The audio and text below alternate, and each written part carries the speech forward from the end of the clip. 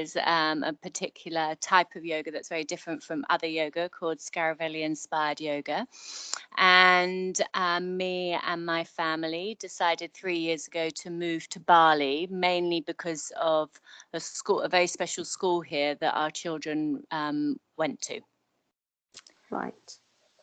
Right. So you have, if I'm right, it's you, your husband, and two children. Yes. Yep. So I've got when we moved, they were 13 and 16, 13 and 17 actually. And we've been here for a few years now. So one's nearly 16 and one's nearly 20. Okay, good. So when you decided to move, your children were teenagers? Yeah. Yes. And that was a challenging bit. Yes, because the teenage time is a moment when a lot of expatriates say that it's not easy for the children to move because having to say goodbye to their friends where they were and going to the unknown is something which is supposed to be particularly uneasy for teenagers. Did you feel it was uneasy for your children as well?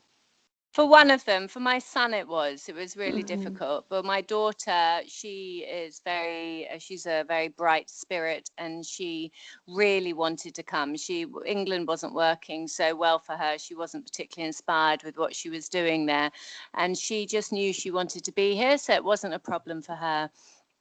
For my son, it was quite a different story. He didn't want to move. He didn't understand why we were moving. He couldn't really visualize it. And he didn't want to leave what he knew as his space, his community, his group, and have to remake another group. So it's been a challenge. It's taken him a good year and a half, 2 years to really settle in. But now I think he realizes he's got a really nice life here. He still misses England. He misses the idea of England, and he misses elements of England, but he mainly misses the idea of it rather than the reality of it, I think, because when he sits and we talk about it, because we talk about it a lot, and he really observes what his life is, which is an amazing school. He comes back from school, he goes surfing, he goes skating, he's outside all the time. He's got a great group of international friends.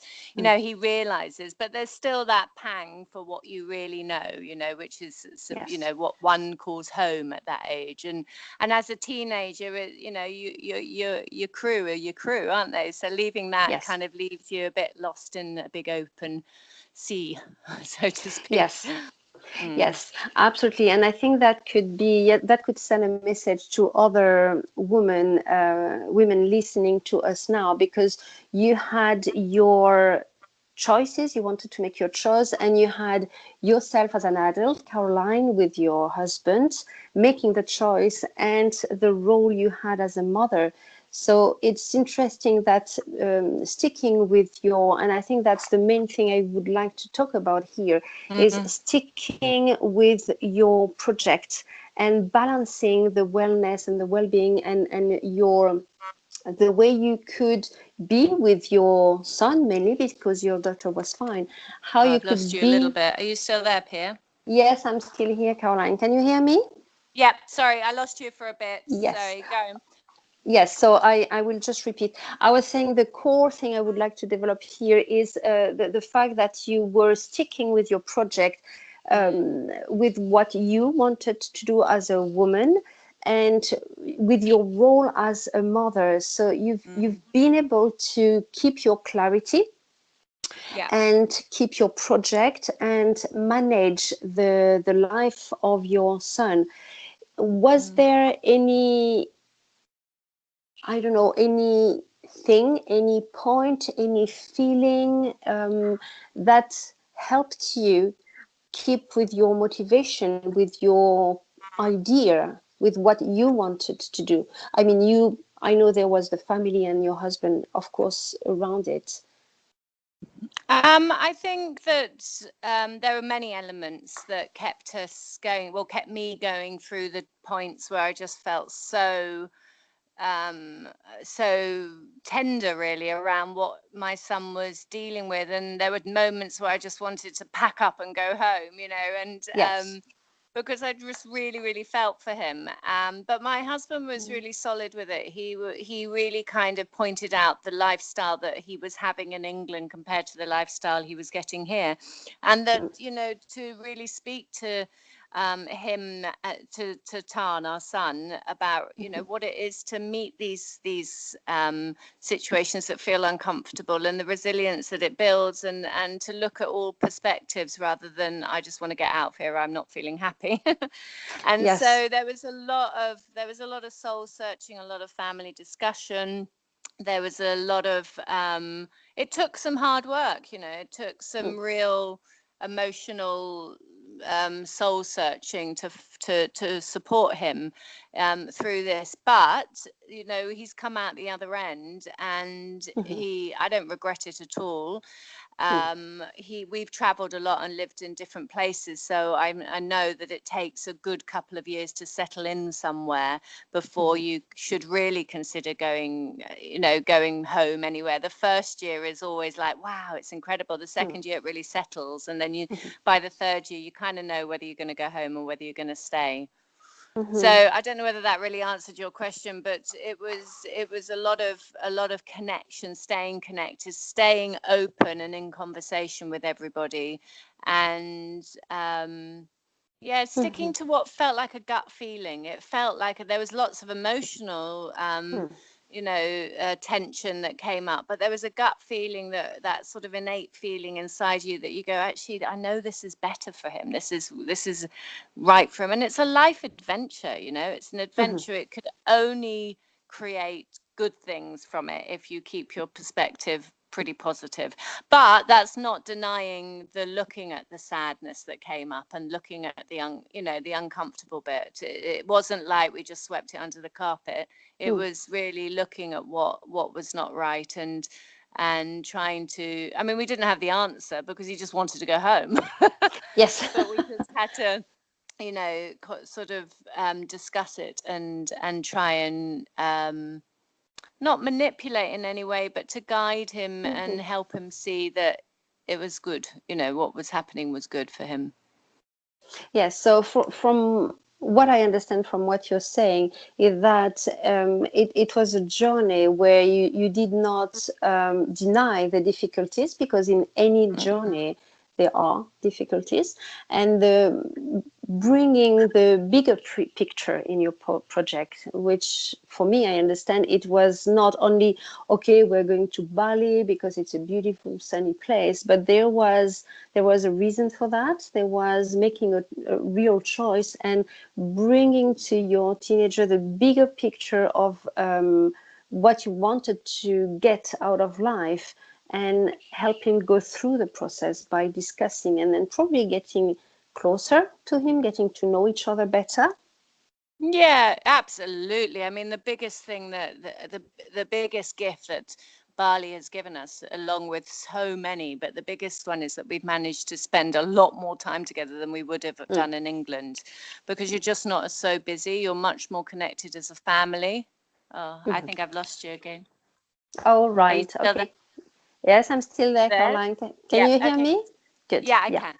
Um, so the biggest gift was spending time together, really spending time together, and kind of re-getting to know ourselves. We were so busy in England all the time, busy, busy, busy. So we didn't really spend that much just chilling out and hanging out. And the climate's very, it is the climate where you do spend a lot of time outside or on the beach or around the pool, and it just brings the family back together again.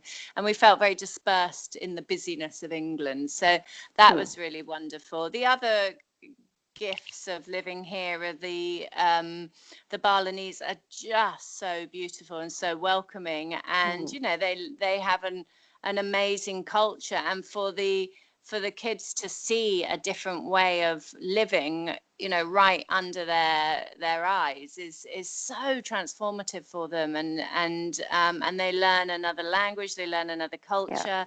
That can only be something that is positive in the long run. Yes. Might not feel like it right there and then, but in the long run, it'll only be a positive. Yes, yes, absolutely. I deeply, deeply agree with what you're saying. And again, what I take from what you said just at the beginning of your sentences here is when you said we just didn't have time to connect with the busyness of England. I would probably extend that to many other countries than England, Yeah. the busyness and what could be interesting to take from what you're saying is that moments of pause, moments when we are not hiding ourselves or our life Mm. behind being busy, busy, busy Yeah. all the time, Yeah. which seems to That's be huge. something to be apparently proud of. Yeah. It's very harmful Yeah. It's because when very you harmful. it Mm. is because when you keep doing, and being busy all the time, you simply do not have any more time to connect with who you are and to connect with what you want to do with your life. And then you wake up Yeah. one day, you are 60 or 70 years old, and you think, right, what have I done with that time? I just could not feel my life. Yeah. Completely. And I totally resonate with what you say about being so busy we don't even look or Mm, deal with the stuff that's coming up, yeah, emotionally, yes. well, on all levels, psychologically. And coming here and having that time, it peels away layers. So there's other stuff to look at. So Yeah. as a family and in relationship, you looked at you begin to and Bali demands that. There's something about the energy of Bali that demands that you look at your stuff. You can't ignore it. It kind Yeah. of shines an energetic light onto things. So because we had that space, that time, and we're in Bali, it's Mhm, such a healing island. We had to mhm, look at stuff that really we hadn't done for a long time in relationship with my husband and within the children and the dynamic of the family mhm, and the choices that we'd made in our own career paths and et cetera, et mhm. cetera. So it was an opportunity that was paradoxically raw and painful and utterly beautiful and transformative.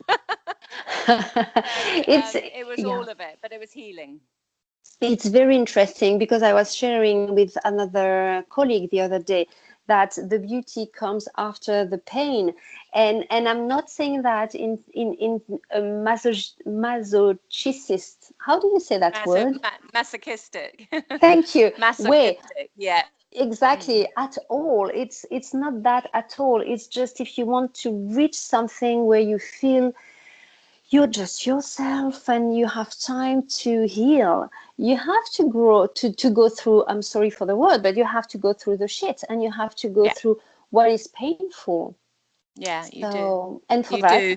you And need and what time. happens so often is we're too busy to look at it. So, and when you and that busyness is another layer and another layer, and it gets a little bit Yes, rotten underneath there. So when you yes, start peeling it away, it ain't comfortable. exactly. And But I yes, sorry, go on. worth it. Definitely worth It's totally worth it because then you meet yourself, it. which is just great. It is Yeah. great because that is when you can open to others.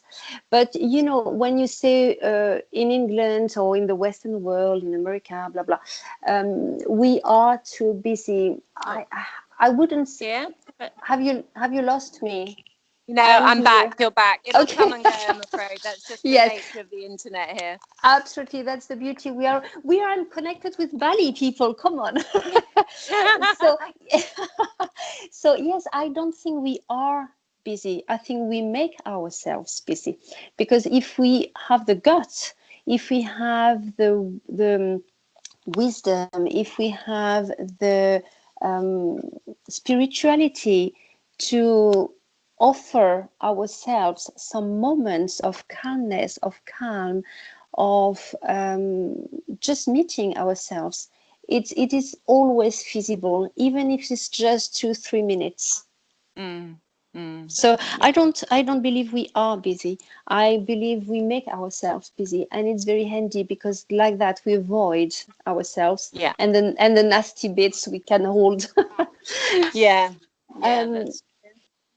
to go back to the core Mm. of making a choice and sticking to the choice despite the difficulties, I wanted to ask you as well. When we make a choice, very often people around for the best intention, because they love you, and they love us when we make a decision, have a lot of advice to give, and sometimes it's advice which is not easy to take because they can hurt, or sometimes we feel the gentleness of the advice, but they are not the ones that help. And I was wondering if in your decision making, you have had to deal with other people's advice and how much it has affected your own choice. Oh, Maybe. yes, there was a lot of advice coming our way when we were deciding. And it was a great one because it was all about the children. So it was just that arrow of guilt right in your gut, you know. Mm, But um, but I realized in listening to it and who it was coming from, it was mhm. very much about their own fears. So their own emotional fears of missing us, of taking, Yes. you know, it was very much from my parents. And I mean, it wasn't horrible, but there Mhm, were definitely lots of advice about whether we were doing the right thing for the children. And I didn't know whether we were, you know, I just mhm. felt Absolutely. I you know, so it was hard. I had to just be very honest and say, well, I don't know for sure, but it feels right. And the Mm, school that is the school they were heading towards had a really good reputation. So that was helpful to kind of point people in the right direction for that, who were kind of mm, saying about the children not being, you know, not making the right decisions for the children. You were like, well, look at the school, look at their pedagogy, you know, mm, how can you say that? So and a lot of people, it wasn't so much advice, but it was kind of uh, um, people were saying, oh wow, you're so brave, it's so courageous, I could mhm, never do mm, that. And it just didn't feel brave or courageous. There were fears, for sure, there were mhm, fears, but it didn't feel like it was this incredibly brave, difficult thing to do at all. It was just very much a choice that we made as a family, and we just put one foot in front of the other and got on with it. And we were encouraged. I can't tell you how we were encouraged, because it yeah, was felt like the universe was encouraging us. Everything fell into place that yeah. made it very Mhm, easy and very possible. And you hear that a lot about people coming here. It was just sort of really phenomenal stuff that happens that they didn't expect, that was just giving mm. them a big helping hand to come here. And that happens so often, Wow. of course, when you know you're on the right path. So that Yes. guidance was so clear. So when the Mm, advice and the comments came, it just kind of bounded off, really, because I knew it was the right thing. I felt more than anything, rather than knowing, I felt it was the right thing, and that was a very yes. different lead to knowing. Yes, and again from what you're saying, I keep the word coherence. And because in therapy we talk about the heart coherence when we do breathing exercises. Well, in the way I am, taking my work, and that heart coherence is the rhythm of the heart, which is balanced and regular. So this is the coherence, and it seems from what you're saying that there was a massive coherence between your gut feelings, what you Mm. were putting in place into your life, and also your spirituality, because I Yeah. feel a lot of spirituality in what you're saying. So I understand. You didn't feel it was specifically brave or difficult because there was the coherence, and it just felt the right thing to do. Yeah, exactly. And it really did. And Mm. I'm not saying there wasn't fear. I mean, as I said before, there Yes. was still very much anxiety and fear, and the stories in one's mind come up, and the thoughts come up. All of that comes up. Mm. But you know, when you set your trajectory and you Yes. follow your heart, or the heart feeds that trajectory, then you just sometimes you got to then let go and let the wind take your sails, and trust, have faith, and that, you know. And it's been a couple of years of challenge, many challenges, but so much strong, Mm. powerful, yeah, learning Mm. in all of that, that I feel that I'm at a place where I'm really quite happy to be right now, very happy to be, in fact, right now.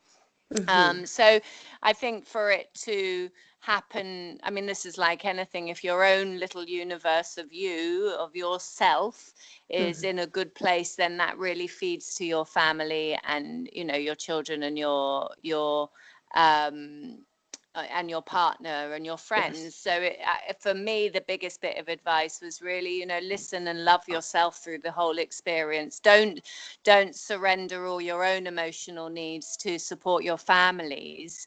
Really nurture your own, because that does automatically support your family needs. And that's one of the Yes. biggest lessons I've learned in this, is it's not selfishness, it's absolutely integral support for the big picture, Oh, being thank you family. so much for saying that. Thank you so much. Because honestly, working with women, being a woman myself, it's so easy to feel guilt. As I keep repeating, guilt is a huge word in a woman's life. I lost And you. all right, I'll be You're back in coming two. back. Sorry, I Yes. lost you. I just you said being a woman yourself. It's so Exactly. easy. It's Mm. so easy to feel guilt. Guilt is a huge word in a woman's life. That's what I was saying. And that's what I keep repeating and working around with other beautiful women who come and work with me, and myself as well. It's, Beautiful. are you still with me? Yes, I'm still here. Yes, I'm still here. brilliant. So I really believe as well that our cultures and religions are extremely good at telling women one way or the other. Even it might be a direct talk, it can be an indirect message, but there is that message going on where women should come second. And Yeah. so it does affect a lot of women, even in our 21st century. And no, that's not the right thing, I believe. And I'm quite direct in saying that. If any woman or any man goes to what is important for them there, and again I will use the word coherence, there is a kind of a flow that is Hmm. going naturally, and it will radiate on themselves, but it will radiate on all the people around. That's exactly what you're saying. When Mm. you are right where you want to be, and this is not selfishness at all, as you're No. saying, then it does radiate on, and you become, even if you don't want to be, it doesn't become a model. I'm not keen at all on that word, but it gives a clear, bright, and a shining example for others who might Mm. take it or not. But at least it's a clear message. Thanks to that coherence, it's a clear Mm. message, Yeah. and so it's much easier for others to position themselves. Yeah, and make clear choices that are coming from you, not from a reaction. You know, if you're Yes. lost or you're scared yourself, you become a very reactionary person, particularly as Mm-hmm. mothers, because and women, we're very emotional.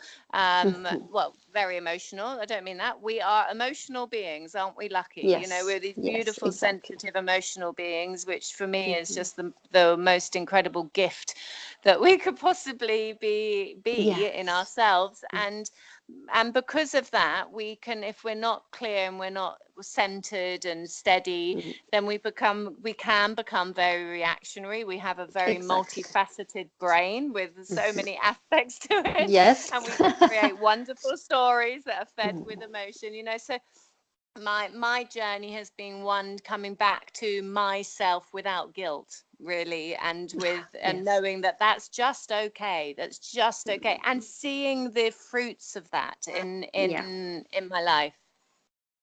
Yes. Mm. Mm. Yes, that is beautiful. So this is something I really would like to point out to the other women who are listening to us now, and other men, because men and women, we all live together. Is that Mhm. when you can be connected with your gut feeling, when you can connect with the truth of what you want to achieve, and be honest and see the darkest side, you come out being more yourself, being more solid, and with a lot of strength. And when I'm saying strength, my vision is being much more supple and flexible and open. It's not something solid and rocky at all. Yeah. And I also believe actually that men have exactly the same feelings, but they just express them probably in a different way, and they have as well their own layers of society's beliefs that they have Yeah. to clarify as well. Yeah. Um, Another question I would like to ask you. So now it's been how many years? It's been four, We're in five, our maybe third more. year now. Third year. Right, Yeah. third year. So from that distance you've had, so as you were saying, the first year you just settle, the second year you begin to really benefit more from it, and third year you know more about the rightness of your choice. So from that time distance, are there any things you think you could have done differently, or you think, no, I'm just embracing all the different phases and steps we've been through, or I have been through? Oh, could I have done anything differently? I'm not very, it's not one of my strong points looking back and reflecting and thinking, could I have done something differently? Very much. Um, I'm quite, I suppose I don't know, I'm a balance between impulsiveness and trying to plan a little bit. So I Yes. don't really go back, actually. I've never Brilliant. regretted anything. I never regret anything. I totally trust that every decision I've made is being made for the right reason, and it's led me very clearly. I suppose I reflect on the journey and how it got to me got me where I am now. But I don't feel, even in that reflection, that I would have changed anything. I really Yes. don't. Even the uncomfortable bits, as I said earlier, they are, and and they are, and they will be so very necessary for my own growth and for my family's growth. So I don't think I could really pull anything out and say, yeah, I would have done this differently. Oh, I know what I would have done differently after all of that. I know. I would have started Tarn off at the screen school at the beginning of the term rather than midway through term. That was one thing I reflected on and thought I would have done. We didn't start at the beginning of term. Their term started in August, and we ended up, for various reasons, arriving in October. And that wasn't smart. That was really Okay. unsmart, actually. So out of all of the things that I could pick out, that's the only thing that really I've ever said, oh, we should have started that. Would have made it easier, a Right. little bit easier for him to be one of the beginners, the one of the Yes. guys starting. That's it, really, just a logistical. Exactly. That's the word I was looking for. It's not a major inspiring idea. It's a logistical I thing that lost you a could bit. have yeah. I'll be back in a second, I'm sure. Yeah, So here yeah, it just I'm goes back. for a couple of seconds and then it comes back. Exactly. Yeah. So what I was saying is that using again your word, it was very logistical. Maybe it could have affected your son, one way or the other. But I am very myself for the fact that you can look back and think and reflect on what you've done, but maybe to understand or maybe not, I'm not sure. But changing things anyway, very realistically, you can't. The past is the past, so you cannot change it. But every single thing you've been through is what makes you who you are today, Yeah. with the strengths, with maybe the things which are less easy, but what was uneasy, we learn from it and we become who we are, and that's then our maybe more wisdom, maybe more whatever, I don't know which word we could use, but we are the product, or we are who we are because of all the things we have gone through, including the uneasy things. Yeah, for sure. Mm-hmm. Absolutely, for sure. And I mean, for me, the biggest sort of cornerstone for me has been my yoga practice, and it informs me in every move that I really make, big moves, small moves, decisions, choices, how I make them. It Yes. becomes it becomes my guide. And one of the main sort of essences, I suppose, of the practice is to begin again. You know, every time I come to my mat, I think, you know, I'm a beginner, and in that beginning again, there is freshness, there is wisdom, there is new insight. As long as I'm listening and I'm quiet and I'm deeply connected to the intelligence of the body, I have the best resource I could have to guide me through life via the smartness of my body. So that beginning again kind of gives me knowing that in my body, and knowing how my body's flexibility and freedom is inspired by this principle of being a beginner every single time I practice. I also see that in my life, that even if this needed to change for whatever reason, you know, you never know. I know that the beginning again only offers magic if I meet it with the right attention. It's interesting.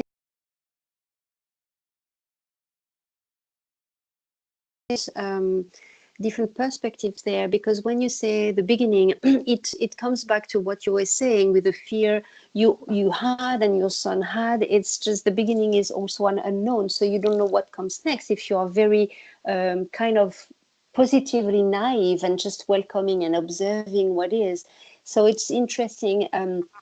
It's getting rid of preconceptive and connecting and meeting with whatever comes. And this is deeply, deeply linked with, you call it mindfulness, you call it meditation, you call it whatever you want. But this is the genuine connection with a very naive look and feeling on, well, for you, it is your body through your yoga practice. Sorry, was that a question? Lovely. that I wasn't sure if you were asking a question within that. No, that was not a question. And I was listening to it going, oh, that's really beautiful. Yes. And then it felt like it was a question. So I didn't get the question. Sorry. I don't think it's a question. It's just kind of putting my own feelings on what you were saying. And because you know, in my work, I'm doing a lot of mindfulness. I'm not sure I like that word, but anyway. And for me, it's like the positive naivety of welcoming whatever comes when you are truly connected with your feelings, your spirit. For you, it's as well your body. And I think this is what gives you the possibility of managing better fears or anxiety. Yeah. Yeah. Because you come back to that single moment, and Yes. you trust that single moment, and if you practice that, and you know, you develop that capability to trust that moment, you know that within that moment there's a lot of wisdom, there's a lot of guidance.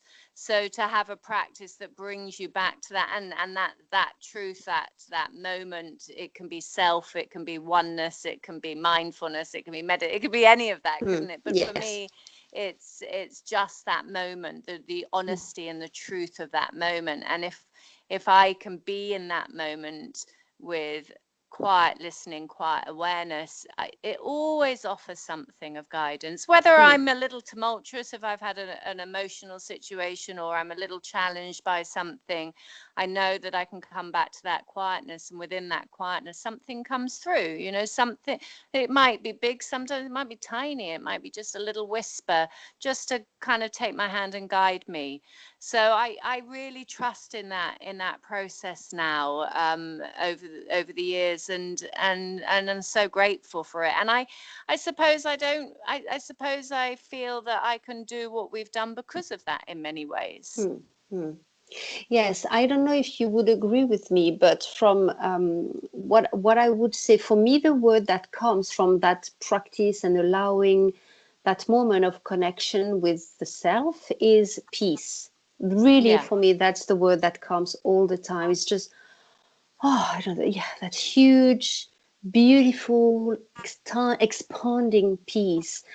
And I think when you have to make a choice, when you have to stick to a choice with maybe the fears coming through, maybe doubts, maybe uncertainties, going back to that piece is huge, is so supporting, and it's even better because I would say it's not intellectual. It's a whole thing. It's something you feel instead of something you analyze. And I'm not against analyzing. I think it can have its positive help as well, positive support. But we are so much in the analyzing bit in a natural kind of way in our societies that we tend to forget that we got answers from our feelings, our bodily response, and this is where you get them, I believe, when you make that peace and when you have that time. Yeah, I agree Yeah. full-heartedly. Yeah, that's my experience. I would like to ask you two more questions before coming back to maybe explaining me more how you conceive your business, because you have a lot to share. And I believe as a yoga teacher for the very few, unfortunately, years I've been, or maybe year, I can't remember, I've been practicing with you. It was a very, very different experience.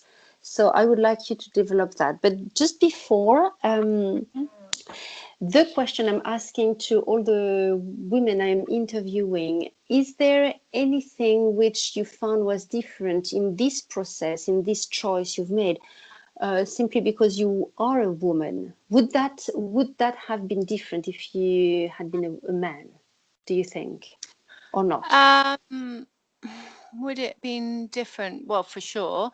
In many ways, it would. I mean, to rebuild community, for me, it's very important. Would it be different? That's the same for a man as well. I think Mm-hmm, we take on a lot of the emotional, energy of the family in a situation like that. And so to rebuild one's business, for want of a better word, has been quite challenging for me in the first year or so. So it's been because there was so much. I was very busy, funnily enough, in England, and I had a lot of students. And then mm-hmm, leaving them and leaving that community was the most challenging thing to leave behind. So to have the time to develop that the same community, well, not same, but similar community mm-hmm, and similar practice, and to be able to teach the way I was teaching in England, I had to change all of that.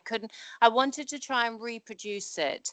I wanted to mm-hmm, teach that many classes here and blah, blah, blah. And it's a very, very different rhythm here. It's a very transient community. mm, So I don't know whether this is a male female thing, but for me, yeah. there was a rhythm that I felt it was different. And then I had to shift and change all the way I did things to accommodate that new rhythm. Another thing that was being quite challenging for me is that I've been teaching a lot abroad because of the nature Mm, of Bali, and there's so much yoga in Bali that mm, saturated the market a mm-hmm, little bit. And so I've been traveling a lot, and which has been challenging because I have been away from the, they're big kids, but it's yeah. still, that's been quite hard, that dynamic, stepping away from the family, that role as mother. It's been wonderful in many ways, but then Mm-hmm. coming back in has been a bit more challenging than it would have done if I hadn't gone away. Yes. Yes, actually, my question was, I think, a bit not phrased the best, because how can we know how it can be to be a man? Because you're Mm, not a man, you're a woman, so it's mm, not possible, I guess, to know. But I was just wondering, as you were saying, anything specific, and you're just mentioning the come back to the family dynamic after being mm, away as a mm, mother. Yeah, mm, interesting. mm. And if I'm asking you, what is driving you now? What is driving me now? driving me, or my practice is driving me to share it. The Yeah. teaching of this yoga, particularly being here, as I mentioned, there is a lot of yoga in Bali, and in many ways it's fantastic. But for me, it's not all of it. Well, a lot of it Mm. isn't very sustainable. It's very driven, push, force yoga. It's more like gymnastics than yoga, Mm. and the yoga that I teach is very, very different to that. So I suppose what's driving me is to try and offer people a new perspective on how to be with their body without the forcing, without Mm. the ambition to do these incredible postures and have it, because that's not what yoga's about. So that's really what's driving me. Bali has given me a lot of space to dive deeply into my own practice, which I didn't have so much of in England because I was working and teaching so much. So I'm very, very grateful for that. And therefore, that practice drives me forward to share the magic that I receive daily from this practice. So I Mm. suppose that's my drive, really, is to share the magic. Yes, and yeah, and that comes back to my last question, which is, can you tell us how you perceive your work? How do you practice the yoga? How do you share it? What is your yoga? Because I really believe there is something very specific about the way you are teaching and about the way you are approaching and meeting and connecting with body and Yeah. allowing the person, the individual, to connect with their own body. Yeah. It really is. It's just very. It's for me. Without sounding too woo woo. It's about love. You know, Mm-hmm. it's about deeply listening and connecting as you would with your children or your partner or anyone you loved. It's about turning that same relationship that you have with loved ones to your body again. So it's all those elements of giving it time, not forcing it or demanding things of it. Of, you play in the positions in the asana, but it's so much about your relationship to rest, your relationship of the body's a relationship to gravity, to your breath, to the weight of your body, the shapes of your body, in all of the oneness that is the ground, the breath, the body. So it's about really deeply connecting to the body rather than the posture. The posture is really quite unimportant. You find yourself in a posture and in time with a lot of ease and openness and freedom, but it's really so much about the journey, the process, which obviously reflects in my own life as well. So Yeah. it's meditation in movement, without a doubt. It's being deeply attentive to what's happening right there with the body in that moment, and knowing and trusting that the body's intelligence is much, much greater than our own, our own Yes. human intelligence. And if we listen to that, it's just deeply profound. And people who experience this way of yoga, they're pretty dedicated. It's not easy. It's a completely new way of being with your body. We're so educated to force ourselves to achieve something that we forget to actually see if there might be a different way. So the people whose lives are transformed by this yoga are those who are really willing to listen and look and spend time and not rush and try and achieve something straight away, but to gently peel away the layers. And it's very profound. There's in those layers, there's trauma. So it's a deep, deep trauma release process. It's a deep connection to breath, which holds our wisdom and our experiences and allows us to find a new rhythm with our breath that works with our body. It's just a very, very beautiful practice. And it's also the hardest thing you'll ever do. Sometimes it can feel like you're turning yourself, paradoxically, it feels like you're turning yourself inside out, because you're going deep, deep Yeah. into the core of your body. The whole essence of the practice is waking up the spine. It was a woman called Vander Scaravelli. She wrote a book called Awakening the Spine, and she started yoga when she was about 45, and she was just beautiful and open and flexible still at 91. So, you know, seeing what the yoga and how she was with she brought the feminine back into the yoga. It was quite a masculine sort of disciplined, a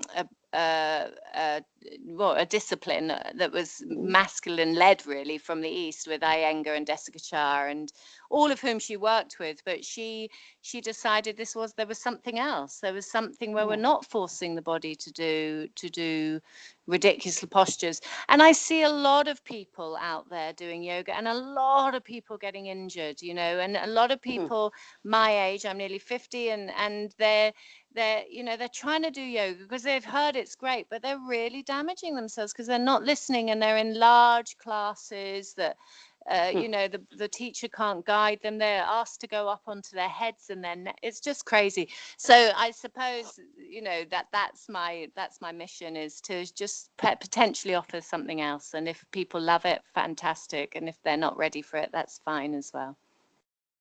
Absolutely. As you say, it's a different approach from the, you know, more general round the corner, maybe yoga. Well, even if round the corner, I'm sure there are beautiful people as well. But when you go to sports centers and you have those classes and it's enclosed and there is no window, well, I've tried that and it's something I just can't. I need to be outside. I need to be so.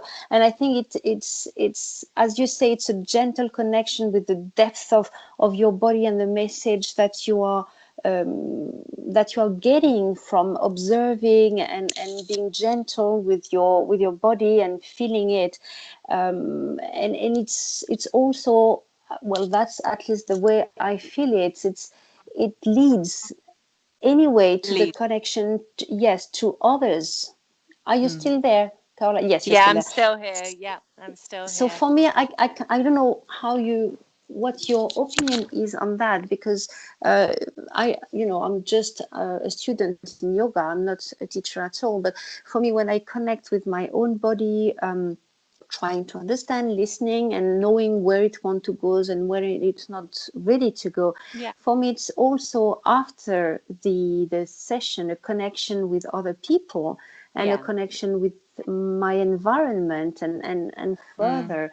I think it's, and actually research, and I'm going back to very much analytical spirit, but many research show that some specific practice of yoga, and I believe that's the one you're talking about, are being used now officially as being therapeutical. Oh, very much so. Yeah, Healing absolutely. for you were mentioning traumas. It's very Yeah, much used for traumas, it is. anxiety big time. Yeah, So yeah. it is officially recognized now.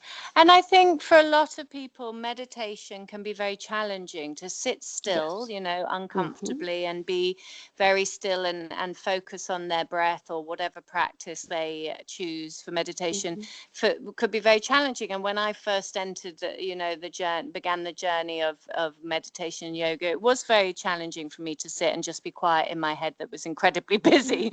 And I got incredibly frustrated and didn't really stick with it. But when I found this yoga, it allowed me to be very focused in the moment, yet have something tangible that it just felt easier for me to develop that level of awareness while in my body, rather than just in my mind. And it's not about me quietening on my mind. I understand the No. role of my mind in the yoga. It helps me to be attentive to that moment and to that breath, and so I understand the role of the mind in it. But it was easier for me, I suppose, and I felt that I didn't want to sit still for hours. I can now sit quietly and comfortably for a reasonably long period of time and just watch the beauty of my breath. But when I started that, I couldn't have done that.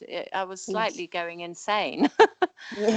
So it was a route into mindfulness, you know, and I'm with you on that word. You know, it's a bit of a challenging word these days, but I think mainly because it's been overused. Exactly. But it's still, anyway. Yeah, I agree Bring it with you. back. And no, but it's interesting because yes, mindfulness or meditation is uneasy for busy mind, and so many people have busy minds because it reflects as well the Western societies in which we're living in. Um, because it's just nonstop all the time. So just sitting down and trying to be in that calm space and moment is for some people absolutely impossible. So Yeah. yoga, it's interesting because yes, yoga, because you keep moving your body, is one way to get there. I agree. Interesting. Yeah. Interesting. Right. May I ask you, for all the people who are listening to us, where they can, if you want to, where they can reach you, what you are offering? Because as you are saying, you're working abroad, so you are organizing yoga retreat or yoga, I don't know how you Y- call it. Yeah. So I teach all over the all over the place in Australia, Singapore, Europe, and London, and everything. If you want to know about a little bit more about this type of yoga, this approach to yoga, which is called Scaravelli inspired yoga, although Scaravelli wouldn't have wanted it to be called Scaravelli yoga because she didn't believe in any of that. But it's helpful to guide people to a point. And you can Yes. go to my website, which is carolinehutton.co.uk. So, and that's got my whole schedule on. If you want to email me, I'd be really happy to answer any questions. I teach workshops and retreats in England in June and July, and I've got a retreat running in July in Italy, and you're very welcome to come and join me on that. It's a very beautiful experience. And also in Bali. So if you want more information, you can just go onto my website. And I do have a Facebook, but I'm better on my website. I'm a bit of an old dinosaur. I prefer email rather than Facebook. I'm trying to get my head around Facebook, but it's a slow process. Right. So if people living anywhere, well, I mean, you're going to Australia, Singapore, Europe, London, and so people can find everything and can connect with you via your website, which is Yes. carolinehutton.co.uk. Then. Yes, that's it. And Thanks, Pia. next, we are, which months are we? We are February. So your next retreat will be June, July in Yeah. London. Yeah, I'm doing various workshops in June in England, and then I do a retreat on the 6th of July in Italy, just north of Rome, in the most beautiful retreat center. And anyone's very welcome to come and immerse themselves in the beautiful Italian countryside and this beautiful yoga. And it'll totally transform how you are with your body, without a doubt. Money back guarantee. Through my experience, it's just life transforming. I've seen many women realize that their bodies are incredible and that they can find freedom and openness, and they're incredibly powerful, strong things, a women body, for want of a better word, a Yes. woman's body, and there are ways to access all of that through the right approach to yoga, for sure. Right. So people, you know what you're doing in June and July now. That's perfect. Yeah. Thank you very much, Caroline, for That's a sharing all pleasure. that with you. I think it's a huge, huge thing for women to connect with the truth and the depth of their body, because as you are saying, it just gives us so much information. So So much. thank you very much for that. Oh, it's such a pleasure. I guess you will have a lovely evening in Bali. Lucky you. Yeah. Off to sunset now. Yeah. Yes. And so speak soon now. Thanks, Pia. Take care. Bye, And you everybody. too. Bye bye. Bye.